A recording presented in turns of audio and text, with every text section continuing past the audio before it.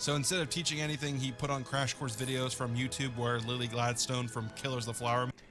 You know, like when you go to Google a recipe and like before you can even get to the recipe, like the author tells their life story? That's this.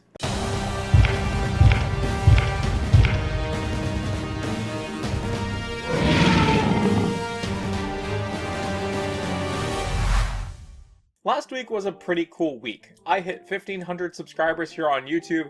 Thank you very much. I became an affiliate for Entertainment Earth, and I got to see Godzilla Minus One Minus Color with the boys who haven't seen a proper Toho Godzilla movie before. But toward the end of the week, this thumbnail kept hitting my Twitter feed and eventually, for the past few days, my YouTube feed. I didn't look too much into it, but from what I was able to see as I scrolled past everything, people didn't seem very happy. It seemed like half of social media was bidding farewell to Godzilla Minus One, and the other half was dogging on this video. So I decided to carve out some time myself, and without looking into what other people were saying, I decided to watch the video for myself and to actually record my real-time reaction to it. All of that footage will be appended to the end of this discussion. By the time you've seen this video, you've probably already watched others talking about how bad this video is, and again, that's just my assumption because I haven't seen what other people have been saying too much. I've just seen a thumbnail and a title here and there. And I agree, the video is bad. But I would also go as far as to say that the video is problematic. Now, one disclaimer before I really get into it. As much as, you know, my channel name is KaijuCanuck and the content that I cover on this channel, I would say that I'm much more of a casual kaiju fan, which is weird, I know. I've previously said that on a spectrum between casual target customer looking for a cool kaiju toy and, like, die-hard kaiju historians, I am way closer to that target customer than this end. My love of the genre comes from a very primal place, not a very analytical one. And I feel it's important to mention this because there are moments in Dr. Skipper's video where I feel like it's very blatant that there's misinformation in front of my eyes, but there might be other moments in that video that I just didn't catch because maybe I just don't know. That's not to say that everything in the video is bad, okay? Like, there are some moments that are okay, and I think that are fair and warranted. I thought that his analysis of Gojira 1954 was okay. It wasn't the best, but I think it was okay.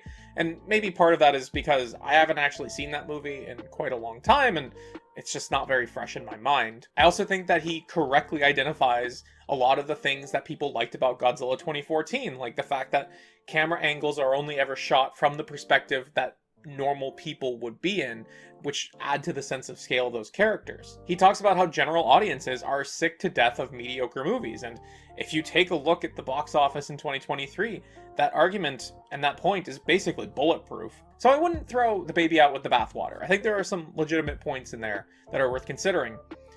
And I would also say that it's totally fine to not like the Monsterverse. Like, he doesn't like the Monsterverse, other people don't like the Monsterverse.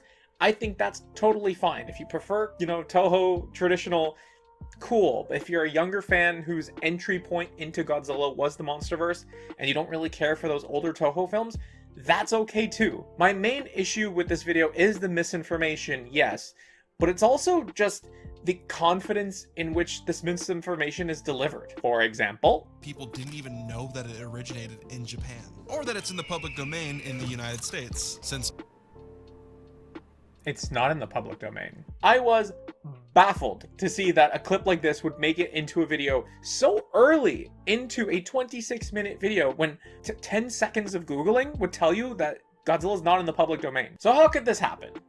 Well, there's a bit at the very end that really sort of tipped me off as to what might have happened here. But if there's anything I can hope to get across with this video, it's to research the things you watch, and to... Oh, the irony. The irony! Oh my god. There is one other place that I know of where misinformation is generated very quickly with a misnomer that you should do your own research, and that's ChatGPT. So to give you some context, I have personal and professional expertise when it comes to the use of generative AI. I work in university, and part of my portfolio recently has been looking at assignments that are going to be issued to students and basically testing them for ChatGPT, like how well students might be able to use generative AI to come up with answers to these assignments. Tools like this, if you're good enough at what prompts you're feeding it, are going to be able to solve an assignment. But the goal really is to need students to generate a prompt that is so specific that you basically need to know the answer.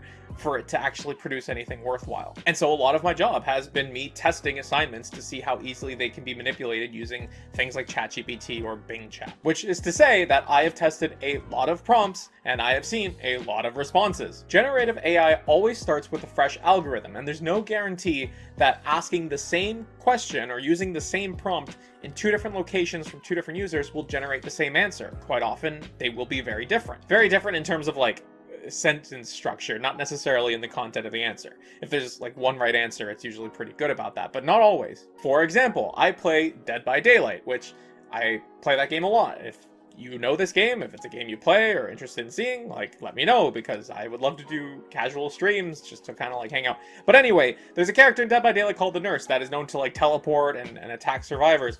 And so I asked ChatGPT once, like, what makes the Nurse such a powerful killer? And so ChatGPT was like, you know, the Nurse can teleport to survivors and inflict damage. And I was like, yeah, that's correct. Objectively, that is one of the things that makes her strong. And then ChatGPT was like, she can also use plasma grenades. And it's like, no.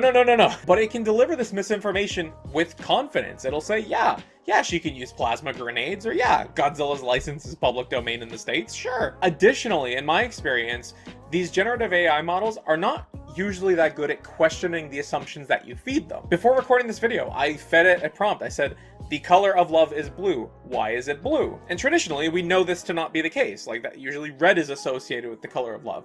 And so ChatGPT did a little bit of finagling. It answered the question, but only at the very end did it give you the disclaimer that like these things are subjective and that red is usually the color associated with love. So you can imagine how someone in haste might not get to that third paragraph where it's like, hey, by the way, this might not actually be true. If you go off the first two, you could be just regurgitating misinformation. There have also been times earlier in the existence of these AI models where I would tell it point blank, you are wrong about this, and it would come back, no, I'm not. While these models have gotten better with time, I thought it was worth exploring to see if this is potentially one route that Dr. Skipper used in creating this video, because that's the only way I can really wrap my head around this kind of information being generated so confidently. So the first thing I asked GPT was, how is America allowed to make Godzilla when Godzilla is Japanese? The model actually gave me the correct answer, and despite asking it to regenerate the response 13 times, it continued to give me the right answer. It didn't say anything about Godzilla being in the public domain, so I asked it directly, why is Godzilla in the public domain in America? And this time it actually rejected the assumption that I fed it, and it corrected me, saying Godzilla is not in the public domain in America. And despite me trying to regenerate it 6 more times, it would not budge. I tried this with the Bing Chat AI, or whatever it's called, and couldn't really tell you if it was, well, it was right. The answer it was giving me were correct.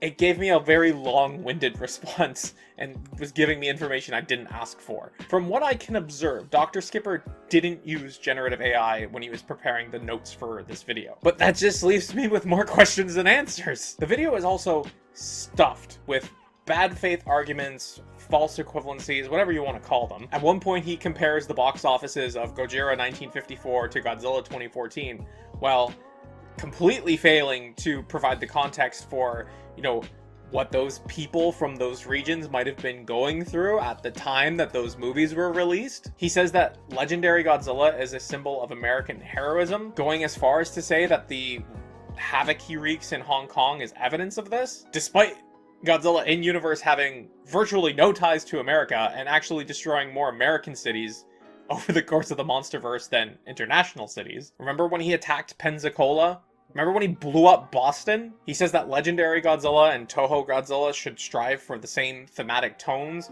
as if genres aren't a thing that exist. Look, other videos from other creators have scraped through that video, and I'm sure that they have pointed out each and every single thing that he has either gotten outright wrong or has presented in bad faith, and I don't need to retread that ground. But if I can leave you with the moment from that video that bothered me the most, here it is. America started trolling and the fuck does that mean? America started trolling and did a nuclear test on their hydrogen bomb in the Pacific. The bomb was much bigger than the scientists expected, so the radiation caught up to a Japanese boat named the Lucky Dragon No. 5, which killed all the crew via radiation. And the fish... Is that funny? Why is that funny? Why is he laughing? I had really hoped that ChatGPT had played a role in the creation of this script, because if you were unfamiliar with the subject, I could see how if you were just given an AI generated script, you could look at the words Lucky Dragon Incident and think that they're kind of funny. As it stands, I don't know why he laughs during this segment. Maybe he has a good reason. Maybe he's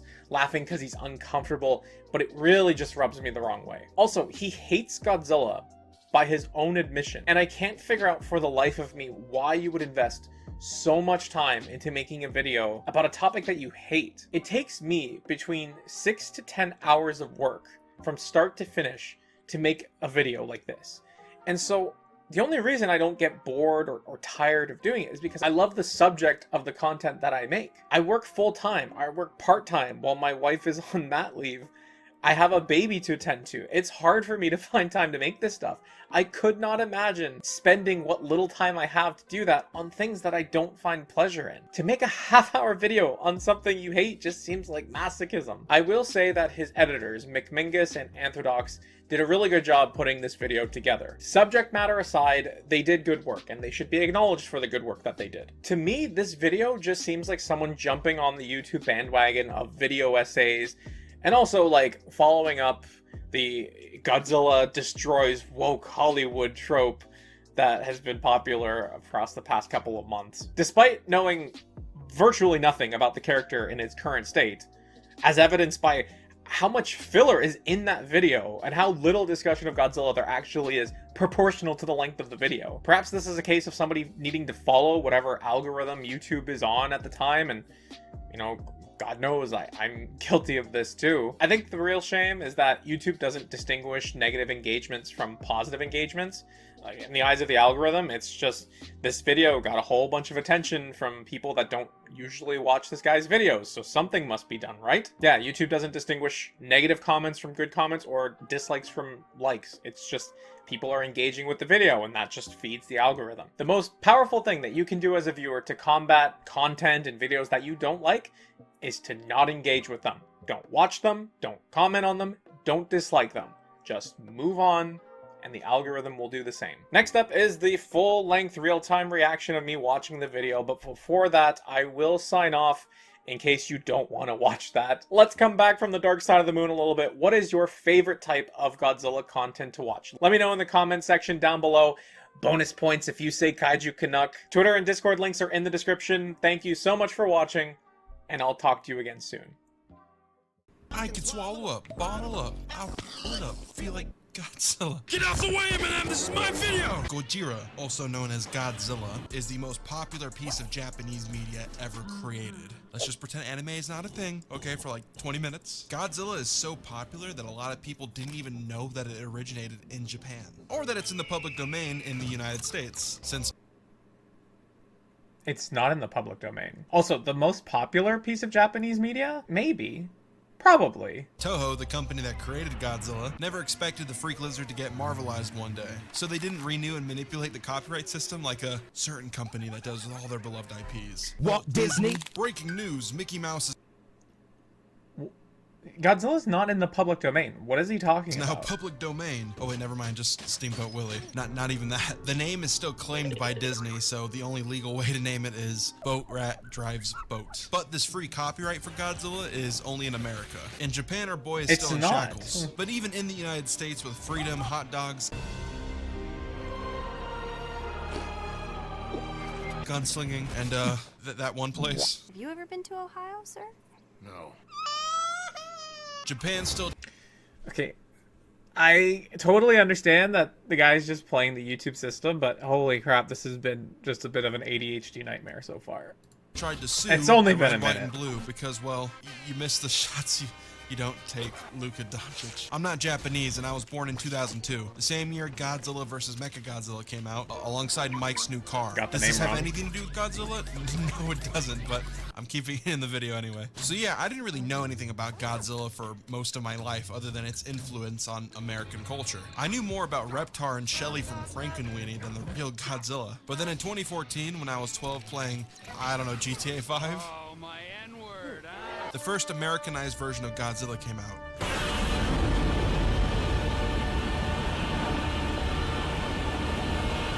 Yes, the first, because 1998 never happened. Jesus Christ. Fast forward to now, 2024. Japan has released a new Godzilla film starring Eminem's hit album Kamikaze. Zombie brains make bad sushi. And in the States, Godzilla is now collaborating with King Kong in what looks to be a brand new Fortnite event, which isn't that much of a stretch since Yeah, that's actually pretty funny. they were in Call of Duty for some reason. I know 2024 just started, and we haven't had a Skipper video in a while since he was rotting away during the holidays. New year, new me, all right? We're back. Don't all clap at once. But let's go back to 2014 to examine the playing field and how we got here.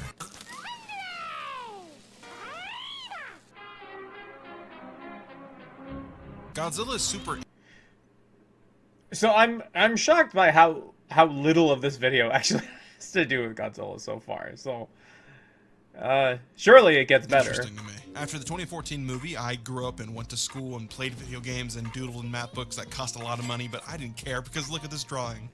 Homie. But then at age 16, I was activated like the Winter Soldier to hate the 9-to-5 matrix. Look, Mom, being a brain surgeon is cool and whatever, but I want to pursue the arts, aka the epilogue to what is eventually going to be home. What is he talking about? What does this have to do with anything? Bullet to my head. So I did a film study course in high school where the teacher was the head football coach that hated his damn life. So instead of teaching anything, he put on crash course videos from YouTube where Lily Gladstone from Killers of the Flower. You know, like when you go to Google a recipe and like before you can even get to the recipe, like the author tells their life story. That's this. That's exactly what this is. I'm just... Taught me film history. Thank you. We're just gonna start skipping stuff. Eventually, I started learning stuff for myself in film history. Okay, I was hitting the books being video essays from other idiot film geeks online. Thus, I went down a really big Godzilla rabbit hole, and it gave me a big appreciation for the creature, its impact on filmmaking, and made me reevaluate how I look at the Godzilla brand as a whole. Also, there's a big thing I need to address in this video. I kind of hate Godzilla, if we're gonna be honest. Get the f out, man! You hate Godzilla, but you've made a 26-minute video. To be honest, it's probably not even 26 minutes. Like, we're 3.5 minutes in, and you've talked about Godzilla for all of 12 seconds. So, like, I guess that's where the runtime comes from. To make this really easy for you to understand, Godzilla has what I like to call the Jurassic Park effect. Jurassic Park is a great movie that has cool dinosaurs and sexy Jeff Goldblum, but the film still has heavy messaging. Dodson, we've got Dodson here. Nobody cares. It's a critique on corporations and Walt Disney-like figures that try to play God on the grounds of greed. They also like to suspend my Twitter account for impersonating Harrison Ford, which I didn't do. Totally. Answer me, you black son of a bitch! The Raptors and T-Rex are awesome. This is very true. But they aren't just there for the sake of existing. The dinosaurs have a bigger purpose to the overall film, thus making Jurassic Park still iconic to this day. It also kind of revolutionized CGI and changed the landscape of film, yada yada. But Jurassic Park, yeah, the IP is now just CGI wars with Chris Pratt. I don't know what the hell a carbine rifle is going to do to dinosaurs. I mean, Mark Wahlberg used like a gun to fight metal aliens. And while still making a lot of money, because they sure as hell did that, they have like no cultural impact at all. This is what happened with Godzilla. I don't have any nostalgia for the old Godzilla movies. Yeah, I still watched them a bit when I was a kid.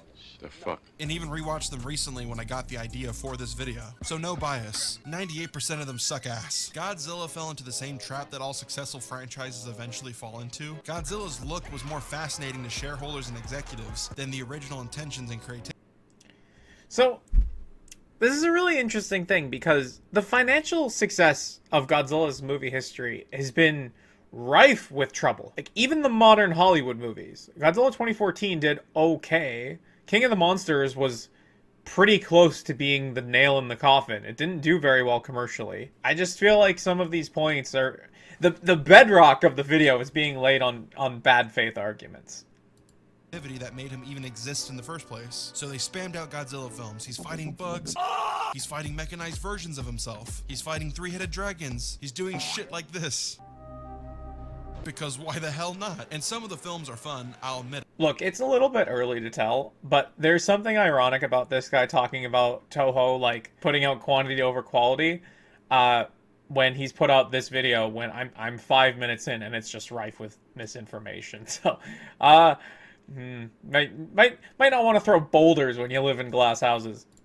But for the most part, a lot of the legacy of Godzilla just reeks of cheaply made cash grabs. So when Godzilla turned into a cartoon for kids, a lot of adults stopped caring. What is this shit? So then the cycle reset, and this time Goji went to America, where the same thing happened again. We got a serious Godzilla, and people complained that it was too serious with not enough Godzilla, so the franchise became Looney Tunes. And the sequel somehow had worse human characters, and then people got annoyed with Millie Bobby Brown, the fat kid from Deadpool, and Alfred from Atlanta spilling water on a computer to fry Fat kid from Deadpool. You know, I feel like this is straddling the same kind of line that CinemaSins and I hate CinemaSins, where you don't know if the person's trying to make legitimate criticisms or if they're trying to make jokes.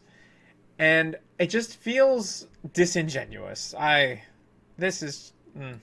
Godzilla's motherboard to save the day, and this made some people not really like Godzilla that much anymore. And now Japan has gone back to reset that cycle, and from ground zero, we got a breath of fresh air again. So yeah, Godzilla is in a constant battle of balance between being really serious and being really stupid, but the good is really good, so let's talk about that good. It's 1925. Some dude named Harry Hoyt made a stop-motion dinosaur movie called The Lost World, not the one with sexy Jeff Goldblum and people getting smoked in tall grass, but rather stop-motion clay, which leads us to 1933, where Harry inspired a guy named Willis O'Brien to make a stop-motion movie titled King Kong that had a giant monkey going apeshit. This then inspired a Japanese special effects director named Eiji Tsuburaya, who ended up being the co-creator of Godzilla, which means America was 2001's Jay-Z the blueprint to Japan. Eiji Tsuburaya was making movies until he met this guy named Ishiro Honda, and they both said, yo, what's up? You like movies? I like movies. But then the world started going beast mode, and then boom! Imperial Japan started going beast mode, and then ring ring, yeah, Honda, congratulations, you just been drafted to the Imperial Japanese Army. Pack your stuff, we go at midnight. And during this war, a massive toll was taken on young Honda. Then Honda came home, instantly went back to the grind and started making some movies. World War II was still going beast mode, so filmmakers had to stop making movies and instead were cranking out good old-fashioned propaganda. In the States, even Walt and Boat Rat Drives Boat were doing this as well. A Japan studio formed for this propaganda named Toho Studios that was showing all the cool tanks and guns. Look, they even put Call of Duty's World at War menu theme on the screen. The Mustache Man was going crazy in World War II as well, affecting the Lego Man that you can learn about in this video after you finish this one. Harrison Ford was still fighting Nazis, but this time on a train with a full CGI face. And uh-oh, Japan attacked Hawaii. Not just Hawaii, but Pearl Harbor. Japan was hyped. They threw a little party even, thinking that they just did something crazy. Then Toho Studios made a fake propaganda film about the bombing that looked so real it even convinced the USA that it was real footage. America wasn't having it. Chester, call in the big guns. Ring ring, yeah, hello Robert J. Oppenheimer, you're needed immediately. He then smoked his little pipe, put on his little hat, and played a game of telephone with his communist friends, allegedly. Allegedly. He got tasked to make a big bomb codenamed Operation Manhattan. He then went to Los Alamos, New Mexico to cook. But somehow the guy who cooks in New Mexico got called Heisenberg instead of Oppenheimer. Heisenberg was a Nazi scientist in Germany, by the way. What the fuck, AMC? And in between adultery and literally being me, he finished the bomb, took it to Hiroshima and Nagasaki, and turned that bitch into Fallout 3, with the only sole survivor being Wolverine. Japan took the L and surrendered. Truman kicked up his feet and ate sushi off his stomach like me after editing 3 seconds of this video. And Japan was now under new management. In 1946, Honda came back to Japan to see that Hiroshima was decimated, and then went back to making movies. America had control over Japan, and said no more propaganda, no more emperor, and worst of all, women can now vote. Alright, who put that in the script? Was it you? Don't fucking lie to me. 1953, no more strict laws about propaganda. Happy, happy Japan. 1954. America started trolling and the fuck does that mean? America started trolling and did a nuclear test on their hydrogen bomb in the Pacific. The bomb was much bigger than the scientists expected, so the radiation caught up to a Japanese boat named the Lucky Dragon No. 5, which killed all the crew via radiation. And the fish... Is that funny? What?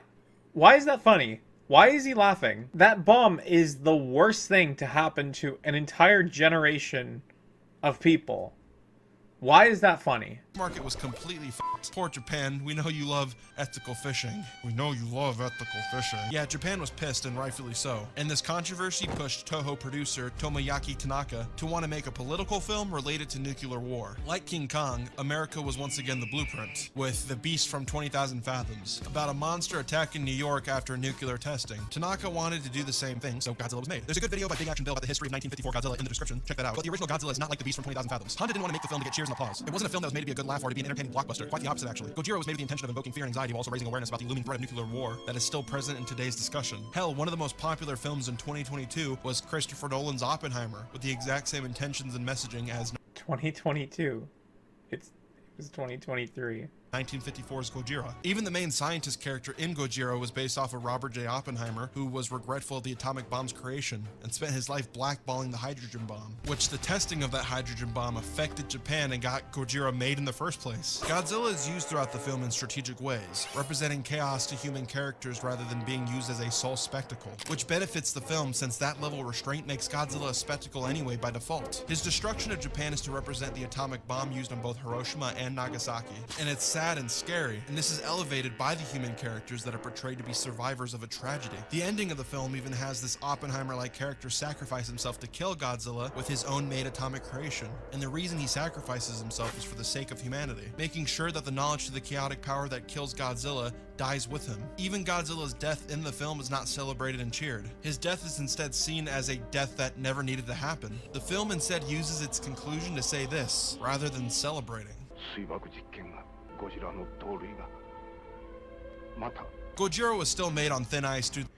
Okay, so like, all the bullshit aside, his analysis of the original film is not bad, okay? It's not perfect, but it's not bad. It's just, it took 10 minutes to get here for what? Like less than 60 seconds worth of talking about the movie. There's all this bullshit in the front of it. So the hot tensions with the US. So the US is never blamed for Godzilla's creation in the film, but even without the politics of Japan and the US, Gojira is still objectively a war film that provoked a lot of discussion and thought. For 1954, the film is serious and gritty. The human characters serve a purpose. Godzilla serves a purpose. It pushes... Is Gojira a war film? I don't think so. Maybe it's just I haven't seen it in a long time, because again, I'm much more of a casual fan, I would say. So many standards in the special effects world as well. It's a masterpiece in world cinema and is not talked about enough due to it getting censored by the United States, which we'll talk about later. 1954 Gojira is also why I don't like when Godzilla is an action prop. It just feels like boat rat drives boat to me, since I see the character more as a man versus nature rather than fighting toys for children. This is why Godzilla 2014... It's so weird. Like, it can be both. You know, Godzilla is a character. Godzilla is a concept.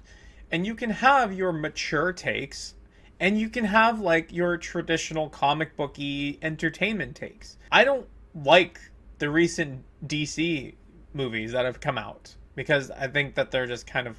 They're a little bit too they're too focused on being, like, feast for your eyes, and they don't really deliver much else. But, like, the Joaquin Phoenix Joker movie, like, that was a fantastic film, and it was using a comic book character. Okay, so the fact that Joaquin Phoenix's Joker handles that character in one way doesn't mean that it should never be handled in a different way. It's all about the execution.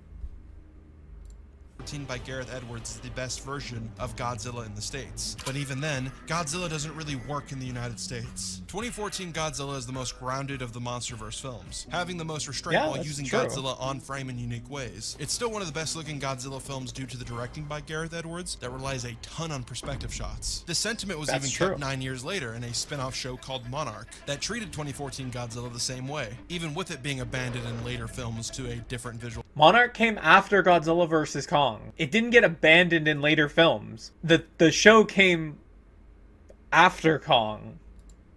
Style. Before even getting the reveal of Godzilla in 2014, you could feel his scale. While being smaller than both his King of the Monsters and Godzilla vs. Kong variations, he feels the most massive in this movie. Even for the antagonist Mutos, perspective shots are still filmed from the human perspective, making the creatures scale massively. It makes the monsters feel like real threats in the human world. And seeing the monsters from the eyes of kids on a bus, Marines on a halo jump, or a shot from the evacuation center makes this obvious fiction feel grounded.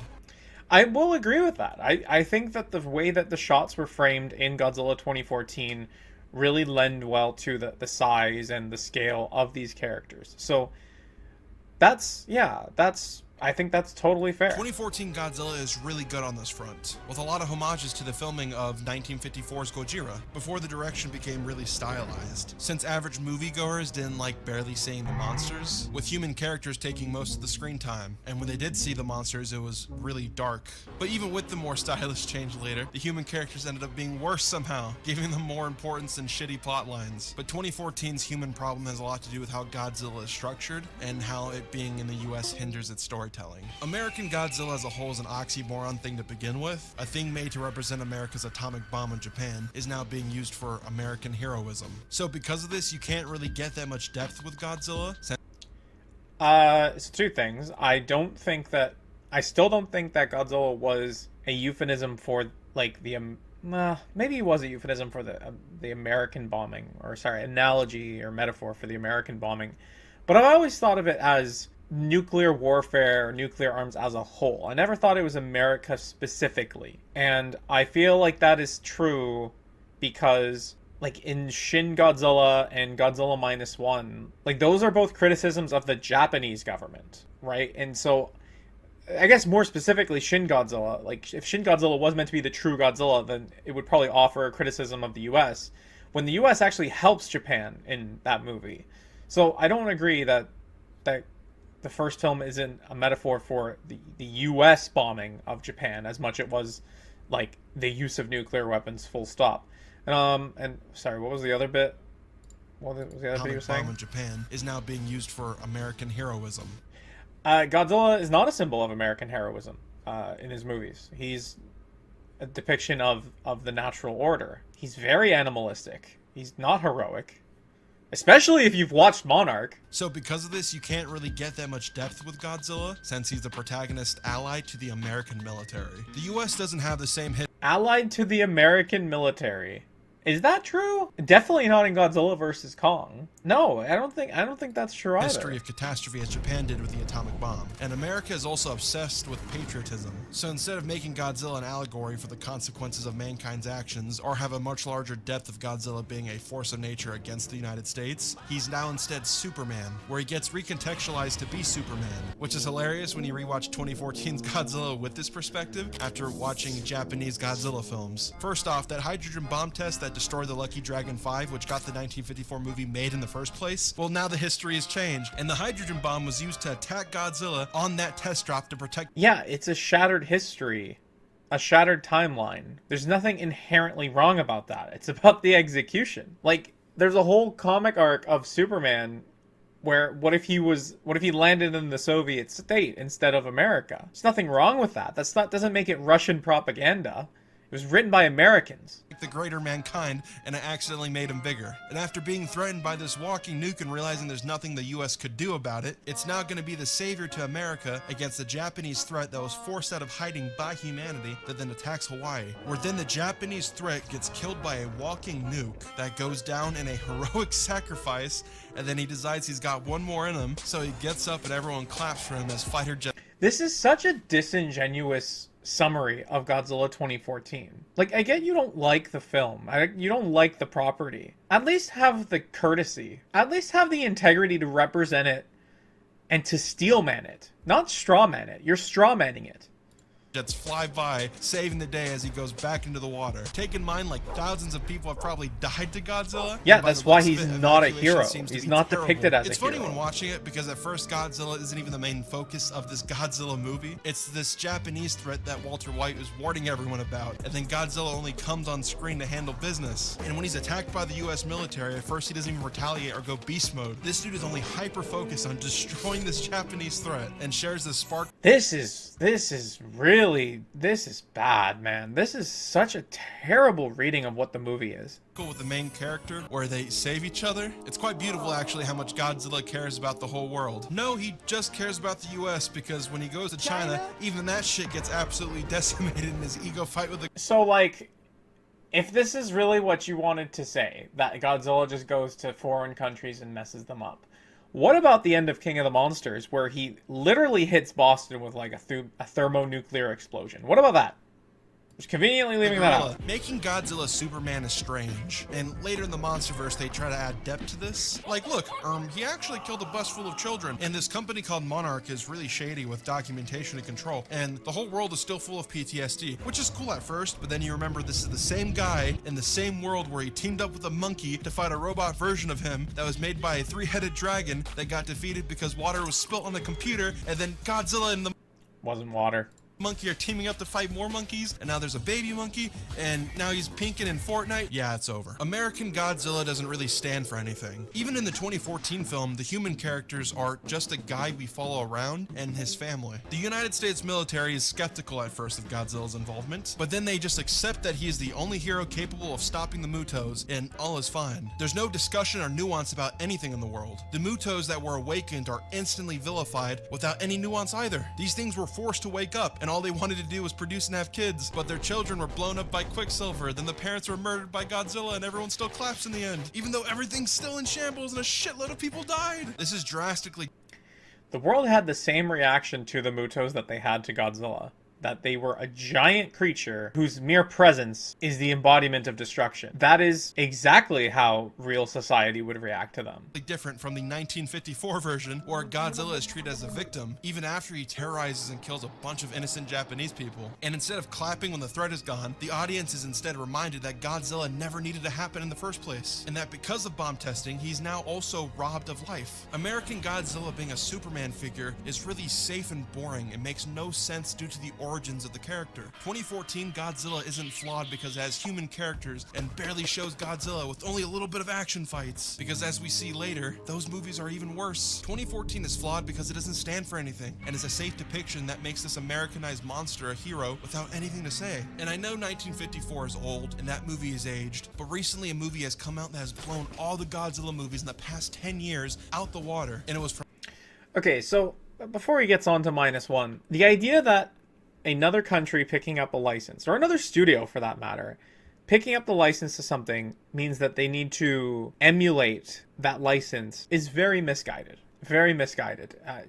It's the equivalent of like, this one band makes this really cool song. This other band wants the licensing rights to do a cover of that song, and they make it the exact same. No, like, you give it to another artist to see what they can do with it. From Toho Studios, where Godzilla is back in Japan, and that movie was Takashi Yamazaki's Godzilla -1. Godzilla -1 was why I made this entire video, because it might be the best Godzilla movie ever made, and it actually made me feel something. I'm a big Be right back, I think someone's at the door. I'm gonna go on a candy bar, because I might as well.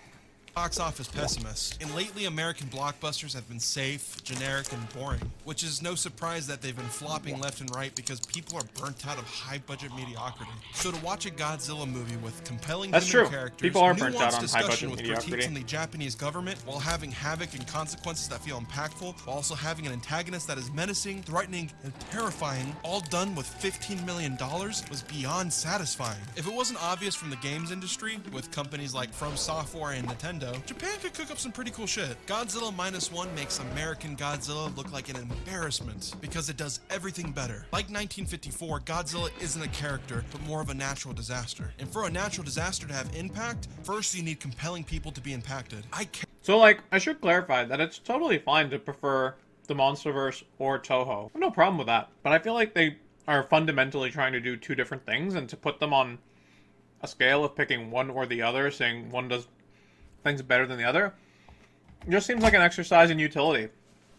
You can say the messaging of -1 is better than Godzilla vs. Kong, and that's like strictly true because I would say there is no messaging of Godzilla vs. Kong, at least no message that's worth telling. Cared about the human characters in this film, and I hated Godzilla for what he did to them. But the reason why the human characters were so impactful was because of Japan and how it's depicted. Japan is a place in history that's been through a lot of shit, which makes it a great setting for Godzilla because it goes hand to hand with its creation, like we said earlier.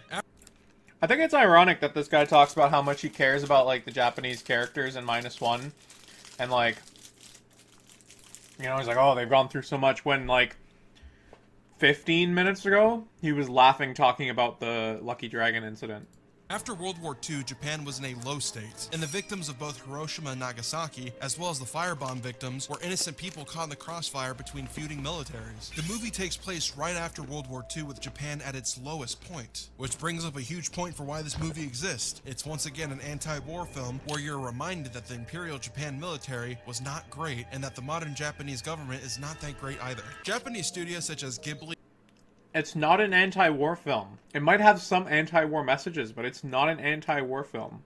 And even films like 1954's Godzilla tend to only depict Japan as the victims to catastrophe from the United States. But something to remember is that after Japan's very flawed attack on Pearl Harbor, Admiral Isoroku Yamamoto wrote this in his diary after Pearl Harbor. I fear all we have done is awaken a sleeping giant and fill him with terrible resolve. It makes sense why Japan is very anti-war after what the atomic bomb did to them, but old Japanese media has a massive trend of playing victim in history when, even before the atomic bombs, Japan's military was notorious for conquering other nations and being really brutal, committing tons of war crimes in their history. The Japanese I think that point's true, but I think it's neither here nor there in the context of the video.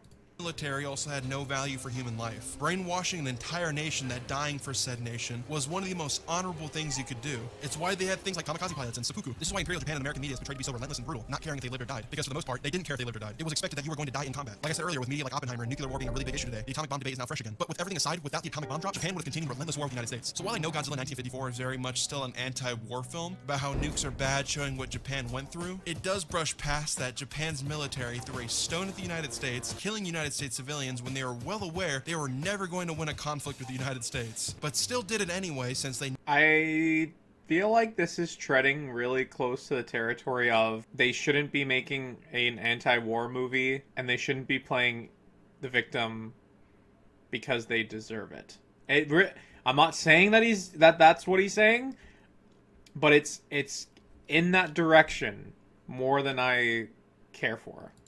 Needed to get resources from claimed U.S. lands that were under embargo laws. So Pearl Harbor was an attack on the U.S. Navy to demoralize the U.S., but they didn't attack the repair yards, so it was pointless anyway, and got their whole nation nuked in retaliation. So while the ethics of the atomic bomb can be debated, Japan's military put their civilians in harm's way for no reason, which is why modern-day Japan is more resentful of Imperial Japan when it comes to anti-war rather than the United States. Japan during the 1910s to 1920s was in a really good innovative period called the Taisho Jidai. Japan was transitioning to more of a Western democratic government with a lot of Western influence impacting culture, arts, politics, and many other avenues. I need to clearly state that Japan and Japan's military are two different things. Japan's military was a parasite to the Japanese government taking control from the inside, which as we know was the demise of Japan itself. I joked about it earlier, but people like Ishiro Honda, who made the original Godzilla, was even at fault for this. While he acknowledged how horrific war was, he still made propaganda films for the Japanese military, which led to this cancer spreading. Propaganda and military control started dragging Japanese society into the conflicts. Men were expected to go to war and die. It was seen as honorable to serve and die for your military. This is why I prefer -1 to the original 1954 movie, because -1 is critical to the Japanese government. Godzilla in the film is going against the normal Japanese people. The government is no help and doesn't intervene, and neither does the US, because if they did, the film would be over in like 2 seconds. But -1 is a critique to the Japanese government's beliefs and values in World War II. The main character is a kamikaze pilot that is full of survivor's guilt because he didn't fulfill the military standards of giving your own life for a government that doesn't really care about you. He is judged by his neighbors for not killing himself in war, and is hateful of himself, struggling with survivor's guilt for also not killing himself in war. The film directly critiques Japan's old views of not valuing human life, or how Japan didn't care about anyone's life really at all. And while Godzilla is still an allegory for the nuclear bomb, the film really conveys how it was the everyday people who had to pick up the pieces and deal with the fallout. Godzilla -1 is an unbiased masterclass when it comes to being an anti-war film. So much Unbiased masterclass in being an anti-war film. Is it an anti-war film or anti-tradition, like anti-imperial Japan film? I don't think it's an anti-war film. Unbiased. I don't know if that's true. So that you could remove Godzilla from it, and it would still be an amazing standalone film. Which brings us back to why America can't do Godzilla. Back in 1954, when Godzilla came to the US, it was censored and remarketed to look like a fun blockbuster, similar to something like The Beast of 20,000 Fathoms, cutting 20 minutes of crucial political discussion, where then after the main lead was an inserted American reporter, where then the critiques of America's nuclear testing and nuclear power were also censored and changed. 1956 Godzilla King of the Monsters is a spineless shit movie that gutted the original impact of the 1954 version, and represents how the United States often views critical media. So when we look at the depth of something like -1 and then go back to 2014, you see more cracks of how 2014 has nothing to say. My friend Sweets is Online gave me a quote when we were talking about this video. If you want to know what the biggest piggy bank is in the world, look at the United States military, funding games like Call of Duty, movies like Top Gun, and many other pieces of media to display the United States military. You could get a lot of your budget paid when you display the military as heroic badasses. But now you have restrictions of being a puppet, not able to bite the hand that feeds you. United States propaganda is so prevalent that you might not even know it's propaganda. To film with American military technology and vehicles is expensive. Look, I'm not saying this guy's right or wrong with what he's saying here, but it's another tangent. It's another tangent. Can we get back to why you think Godzilla doesn't work in America? Thus why the Department of Defense will give you money, tax breaks, and access to display the military in your film in hopes that people might want to enlist. But the catch is that the DoD has to approve your script and messaging of how the military is depicted. Thus we bring up Vietnam. The Vietnam War is heavily scrutinized in American history due to how badly they failed in that conflict and how it was overall pointless. So you have films that represent the brutality of the United States as well as the incompetence, like Apocalypse Now and Full Metal Jacket. And surprise, surprise, they got no funding from the piggy bank. Also, you know that movie Forrest Gump where Sheriff Woody was in Vietnam? Well, that segment was critical of Vietnam, so the script was changed by the Department of Defense because if they didn't, they'd also get no money from the piggy bank. When you do more research yourself, you see how much America cares about their image due to the film being seen nationwide. So they make sure that America looks cool and noble no matter what, even if the truth might not be so. So when you see Godzilla 2014 with a budget of $160 million with the American Navy and bomb squads and Air Force all helping Godzilla save the day, it's no surprise that the film had an agreement with the Department of Defense where they provided locations, vehicles, and military I almost feel like I'm being gaslit. If I don't remember the American military helping Godzilla explicitly in this film, I remember them trying to take out the Mutos because the Mutos keep EMPing everything. Like, am I wrong about this? Like, when he surfaces in San Francisco, the military's blasting him. He's kind of shrugging it off. He doesn't really give a damn. Their dynamic in 2014 led to the tagline in the trailer for King of the Monsters, Kyle Chandler saying, "This time we join him." To outright say, we don't want to blast him. We don't want to fight him anymore. Like, let's actually help this time with this bigger threat. Representation. And while at times the military is incompetent and kind of useless in the film, it's never acknowledged or critiqued with grand messaging. Because like I said, to bite the hand that feeds you is going to drop your budget from $160 million to a low $15 million like Godzilla -1. It's why Godzilla... What does the budget of an American-produced film have to do with the Japanese-produced film?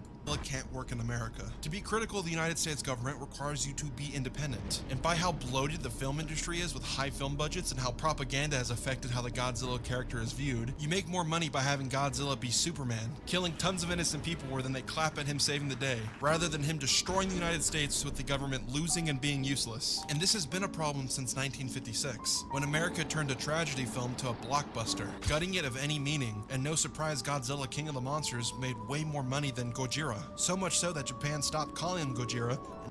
It is true that the commercial success of Gojira 1954 was not great, and public reception of 1954 was not great. And I feel like you are glossing over the big details that one of those film audiences was still living through the aftermath of the thing that the movie was about, that people thought the director was capitalizing on.